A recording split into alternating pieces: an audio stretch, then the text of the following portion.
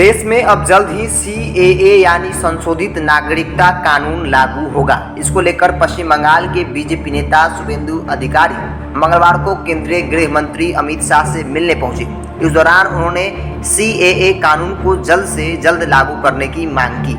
अमित शाह से उन्हें आश्वासन भी मिला कि कोविड-19 रोधी टीके की एहतियाती खुराक देने के मिशन को पूरी करने के बाद इसकी तैयारी जो है वो की जाएगी। पश्चिम बंगाल के नेता प्रतिपक्ष ने कहा कि उन्होंने TMC के करीब 100 नेताओं की लिस्ट तैयार कर ली थी, जिसे उन्होंने शाह को सौंप दिया है। दरअसल इन नेताओं पर भर्ती घोटाले में शामिल होने का आरोप है, जिसमें राज्य के पूर्व मंत्री पार्थ चटर्जी की गिरफ्तारी हुई है। शुभेंदु ने इन नेताओं पर जल्द से जल्द कार्रवाई करने की मांग की है। अधिकारी ने केंद्रीय गृह मंत्री को विधायकों सहित TMC नेताओं को लेटर हेड भी दिए, जिनका इस्तेमाल कथित तौर पर घूसखोरी के बाद नौकरी के लिए कुछ नामों की सिफारिश करने के लिए किया जा रहा है। तो देश में जल्द ही CAA कानून जो है वो लागू होगा।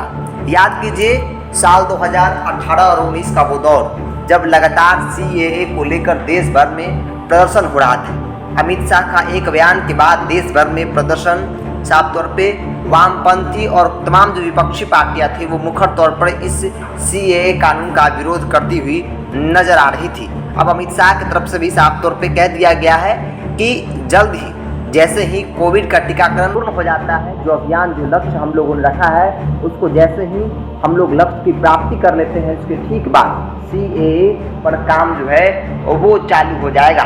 तो एक बार राजनीतिक अस्थिरता फिर से होने वाली है, चूंकि जब शुरुआती दौर में CAA का जिक्र हुआ था उस दौर भी भयंकर बवाल हुआ था, और एक बार फिर से यह संभावना जताई जा रही है कि अमित शाह ने जिस प्रकार से बयान दिया है, जो आश्वासन दिया है, वैसे में एक बार देश में सियासी असहजता का माहौल फिर से बन सकता है CAA को लेकर। साफ तौर पे विपक्ष के नेताओं पर जिस प्रकार से जांच एजेंसियां हावी है, ये आरोप जो है वो विपक्षी नेताओं की तरफ से लगाए जा रहे हैं। ऐसे में शुभेंदु अधिकारी ने पश्चिम बंगाल के 100 नेताओं की लिस्ट जो है वो अमित शाह को सौंप दिया है, जो TMC से ताल्लुक रखते हैं, जो भ्रष्टाचार में संलिप्त हैं। जिस प्रकार से पार्थ चटर्जी के कई ठिकानों पर छापेमारी, बड़ी संख्या में रकम मिले, उनसे जुड़े लोगों के ठिकानों पर छापेमारी हुई, तो उसी पूरे मामले में जो है वो शुभेंदु अधिकारी ने 100 नेताओं की लिस्ट जो है अमित शाह को सौंप दी है, और अमित शाह जल्द ही इसको लेकर भी एक बड़ा फैसला ले सकते हैं। तो कहीं ना कहीं एक बड़ा कह सकते हैं कि प्रतिक्रिया है शुभेंदु अधिकारी की। उन्होंने साफ तौर पर अमित शाह से मिलने के बाद कहा है कि अमित शाह ने आश्वासन दिया है कि जल्द ही CAA जो है वो लागू किया जाएगा। दूसरी बड़ी बात है कि TMC के 100 नेताओं की लिस्ट जो है वो अमित शाह को सौंपा गया है, जो